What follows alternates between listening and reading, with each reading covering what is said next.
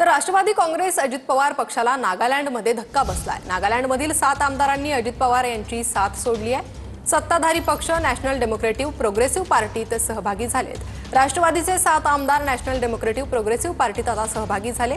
सध्या नागालँडमध्ये भाजपा आणि नॅशनल डेमोक्रेटिक प्रोग्रेसिव्ह पक्षाची सत्ता आहे। त्या काळामध्ये ते मला 2-3 महिन्यापूर्वी भेटायला आलेले होते। त्यांची तिथं अजिबात त्या बाबतीमध्ये कामं होत नव्हती। त्याच्यामध्ये मी तिथल्या काही वरिष्ठांशी मुख्यमंत्र्यांशी वगैरे बोललेलो होतो। त्याच्यात अस्वस्थता होती, ही गोष्ट खरी आहे। मी पण आज सकाळी मी 2 दिवस आजारी होतो।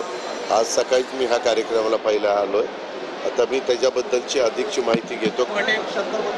अरे बाबा, ज्यावेळेस साथीच्या साथी जातात त्यावेळेस पक्षांतरबंदी कशी होईल?